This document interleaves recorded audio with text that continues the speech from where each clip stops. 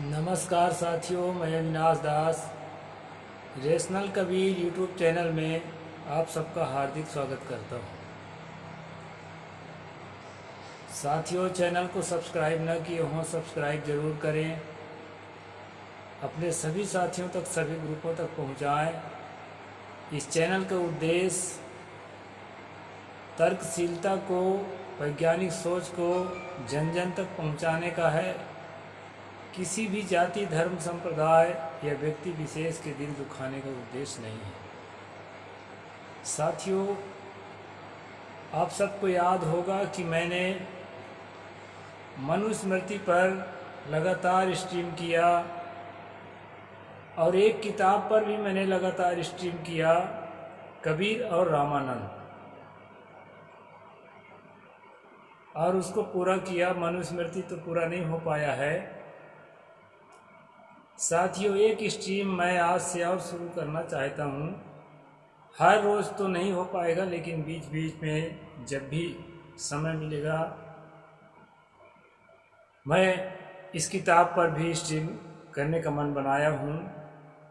ये छोटी सी किताब है दोस्तों, आप देख रहे हैं, कबीर एक खोज, जन्म और माता पिता। किताब का पहला हिस्सा है दोस्तों, और ये दूसरा हिस्सा है। इसमें लेखक का परिचय है।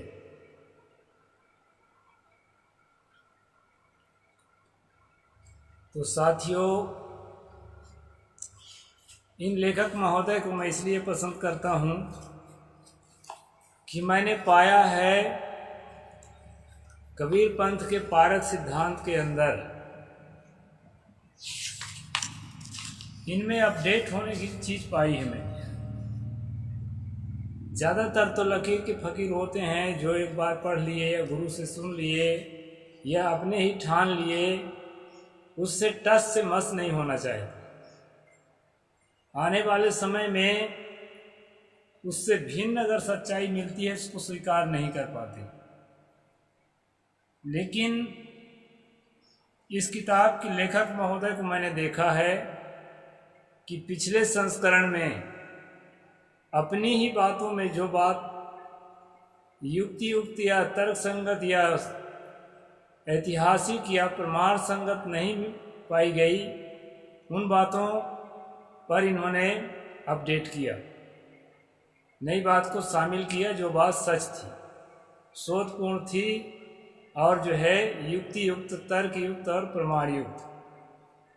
इसलिए दोस्तों, जो भी तार्किक चेतना के पक्षधर हैं वो जरूर इस स्ट्रीम को देखेंगे। इसमें दोस्तों, इसका पहला जो अध्याय है, पहला जो प्रसंग है, वो इस तरह से है। इसको मैं पढ़ के आपको सुनाता हूँ। कबीर साहेब का जन्म और माता पिता।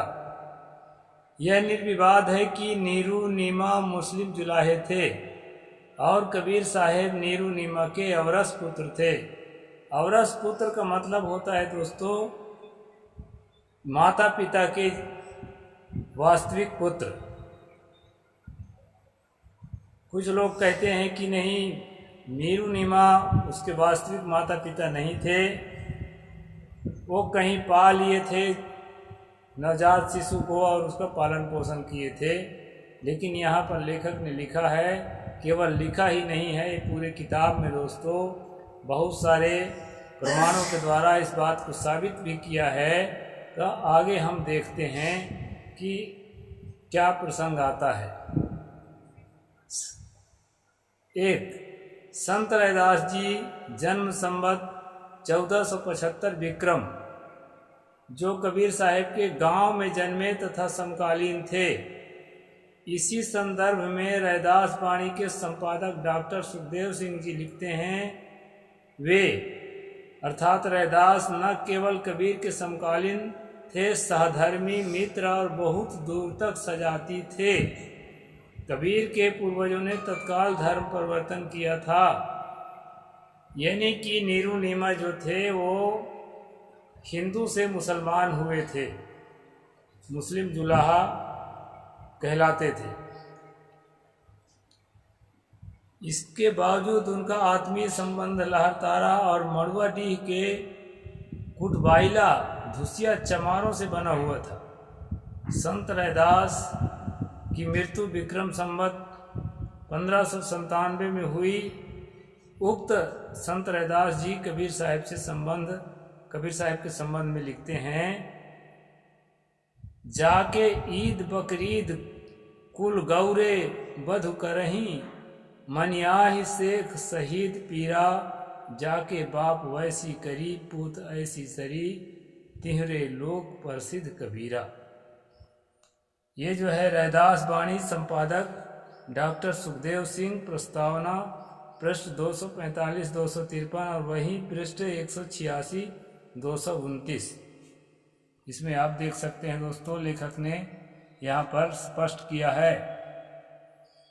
इसका अर्थ है कि जिसके कुल में ईद बकरीद के त्यौहार मनाए जाते थे वह शेख शहीद पीरों को मानते थे। यहाँ तक बकरीद में गौवध भी करते थे। जिनके बाप ने यह सब किया उसके पुत्र कबीर साहब तीनों लोक में प्रसिद्ध हैं, महान हैं। इसमें यह सोचने की बात नहीं है दोस्तों कि पूर्व जीवन में या पूर्व परंपरा में परिवार में क्या चलता था क्या नहीं चलता था। आदमी जब से जागे तबे सवेरा। यदि कबीर साहब के पुरखे गौवध करते थे, हिंदू कोई दूध के धोए नहीं हैं, गाय वध नहीं करते, कोई बात नहीं, लेकिन तमाम तरह के प्राणियों का वध तो करते ही हैं। गाय के अलावा प्राणी तो प्राणी है दोस्तों। यहाँ कहते हैं संत पीपा जी गागराउनगढ़ के राजा थे और कबीर साहब के अनन्य प्रशंसक थे। जीवन काल के विषय में संत साहित्य के विद्वान श्री परशुराम चतुर्वेदी ने लिखा है, इनकी पीपा जी की अपनी 2 रचनाओं से केवल यही प्रतीत होता है कि ये भी कबीर साहब के बड़े प्रशंसक थे और उन्हें गुरु तुल्य मार्गदर्शक भी मानते थे। अतएव सभी बातों पर विचार करते हुए पीपा जी का जन्म काल संवत 1465 के लगभग मान लिया जा सकता है।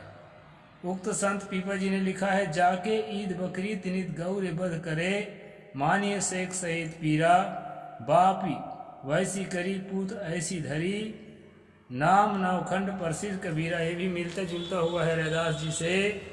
कबीर साहब के तीसरे मित्र थे संत सेन जी, जो कबीर साहब के समकालीन थे। प्रोफेसर राणाडे के मत से इनका संत सेन जी का मृत्यु काल संवत 1505 है। कबीर साहब और रैदास की गोष्ठी लिखी है जिसमें कहा है, तेरी माई तुर्कणी बाप जुलाहा, पुत्र भया ब्रह्म ज्ञानी, वेद कतेब का कहो न माने, बात आपनी ठानी। ये जो है रैदास वाणी डॉक्टर सुखदेव सिंह पृष्ठ 286 से लिया गया है दोस्तों।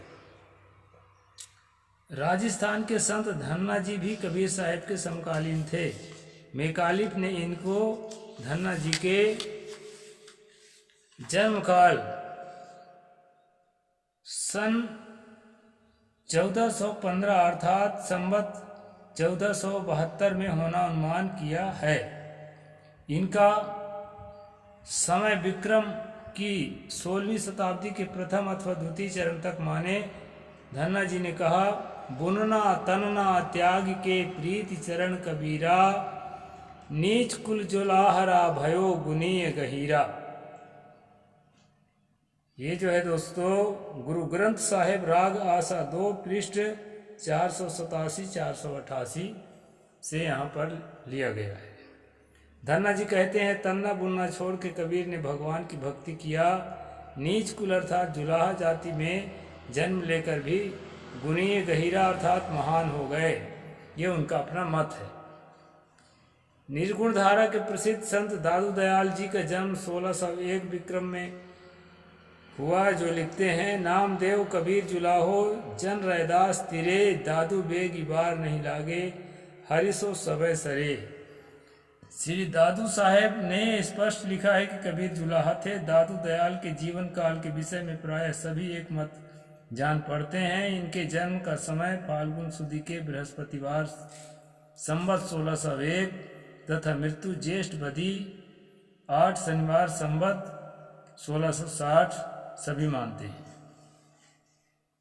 अमरदास तीसरे सिख गुरु थे। इनका जन्म संवत 1536 में वैशाख शुक्ल 14 को हुआ था। संवत 1631 के भाद्र पूर्णिमा को गुरु अमरदास का स्वर्गवास हो गया। उन्होंने लिखा है, नामा छिपा कबीर जुलाहा, पूरे गुरु ते गति पाई। इन्होंने भी कबीर साहब को जुलाहा ही लिखा है। धनी धर्मदास साहेब का नाम कबीर पंथ में कौन नहीं जानता, जो वंश परंपरा के संस्थापक और प्रवर्तक थे। डॉक्टर केदारनाथ द्विवेदी अपनी प्रसिद्ध पुस्तक कबीर और कबीर पंथ में लिखते हैं कि धर्मदास का आविर्भाव की तिथि 17वीं शताब्दी के प्रथम चरण के आसपास मानी जा सकती है। इनके एक पद कबीर मंसूर में आया है, जिसमें कबीर साहब के लिए लिखा है, माय तुर्कनी बाप जुलाहा बेटा भगत भये। इसी पद को पढ़ने के बाद मेरे मन में इस विषय को समझने का जो कहना चाहिए समझने की जिज्ञासा पैदा हुई थी दोस्तों, कबीर मंसूर में जब मैंने इसको पढ़ा था। धर्मदास जी की इस पंक्ति पर आज तक किसी ने उंगली नहीं उठाई है। धर्मदास अच्छी तरह जानते थे कबीर साहब का जन्म जुलाहा कुल में हुआ था। डॉक्टर श्याम सुंदर दास द्वारा संपादित कबीर ग्रंथावली में कबीर साहब के माता नीमा का कथन इस प्रकार है, हमारे कुल कौने राम कहो, जबकि माला लई निपुते तब से सुख न भयो। इस संदर्भ में डॉक्टर केदारनाथ द्विवेदी लिखते हैं, अंतः साक्ष्य और बहिर्साक्ष्य के आधार पर हम कह सकते हैं कि कबीर जुलाहा कुल में ही उद्भूत हुए होंगे। कबीर का अपने को बार बार जुलाहा कहना इस बात का प्रमाण माना जा सकता है कि सचमुच वे जुलाहा कुल में पैदा हुए होंगे। और तन्ना बुन्ना सम तजियो कबीर तथा हम घर सूत तनहि निताना, ये से यह भी लक्षित होता है कि जुलाहा जाति के परंपरागत व्यवहार को भी उन्हें अपनाना पड़ा होगा। प्रसिद्ध इतिहासकार अबुल फजल फैजी रचनाकाल विक्रम संवत 1655 ने अपनी पुस्तक आईने अकबरी में कबीर साहब को मुसलमान जुलाहा एवं मुवाहिद लिखा है। इससे सिद्ध होता है कि अबुल फजल के समय तक कबीर को मुसलमान जुलाहा ही समझा जाता रहा है। श्री कमलापति पांडे लिखते हैं, अबुल फजल फैजी साहब भी कबीर को मुसलमान दंपति से पैदा हुए मानते हैं। प्रसिद्ध हरिव्यासी वैष्णव संत हरिराम व्यास 1620 में स्पष्ट लिखा है, जुलाहा गर्भे उत्पन्नो साध कबीर महामुनि। उन्होंने सम्मान के साथ कबीर को महामुनि की संज्ञा दी है। साथ ही यह स्पष्ट कर दिया है कि वे जुलाहा गर्भ से उत्पन्न हुए हैं, अर्थात वे नीरू नीमा के औरस पुत्र हैं, जन्माए संतान थे। संत रज्जब जी सन 1624 विक्रम और दादू साहेब के प्रमुख शिष्य माने जाते हैं, जिन्होंने दादू साहेब की वाणियों के साथ कबीर साहब के अनमोल वाणियों को भी संकलन किया है। ने उपरोक्त हरिराम व्यास के पद को ज्यों का त्यों दोहराया है, अर्थात रज्जब ने भी यही स्वीकार किया है कि कबीर का जन्म एक जुलाहिन के गर्भ से हुआ था। सतगुरु कबीर के सर्वप्रथम जीवनीकार अनंत दास ने अपनी कबीर परिचयी, जिसकी रचना उन्होंने संवत 1645 विक्रम में किया था, कि यह पहली पंक्ति है, काशी बसे जुलाहा एक। और भी आगे कबीर के कथन को वे उल्लेख करते हैं, मुसलमान हमारी जाति, मक्का मदीना हमारा साजा, कलमा रोजा और नमाजा। इस प्रकार वैष्णव संत अनंत दास की रचना से भी यह सिद्ध होता है कि कबीर साहब मुसलमान जुलाहा थे। इस प्रकार दोस्तों, कोई जुलाहा है या जन्म से क्या है, ये कोई मायना नहीं रखता है। बहुत सारे प्रमाण हैं जो यहाँ पर लेखक ने उद्धृत किया है। कबीर साहब का नाम कबीर भी अभारती अर्थात मुसलमानी होने का स्पष्ट संकेत करता है। अतः इससे सिद्ध होता है कि कबीर कतई पैदाइशी हिंदू नहीं थे। कन्वर्टेड मुसलमान थे लेकिन पैदाइशी हिंदू नहीं थे। मगहर में कबीर साहब के शरीर छूटने पर नवाब बिजली खां द्वारा निर्मित उनकी कब्र भी यह प्रमाणित करती है कि वे मुस्लिम जुलाहे थे। सबसे जबरदस्त और ठोस प्रमाण तो कबीर साहब स्वयं हैं, जिन्होंने अपनी रचनाओं में अपने को 1-2 बार ही नहीं किंतु 18 बार जुलाहा कहा है। उपरोक्त 15 बिंदुओं में से 1 से 4 तक तो सदगुरु कबीर के समसामयिक उनके साथी एवं अभिन्न मित्र हैं, जो बचपन के साथ साथ खेले खाए जिए हैं। इनमें से भी संत रैदास तो एक ही गांव घर में उनके लंगोटिया यार थे, जो आजीवन उनके संग रहे हैं। शेष बिंदुओं के लेखक और प्रमाण भी ज़्यादा नहीं तो आज से 400 साल पहले के हैं।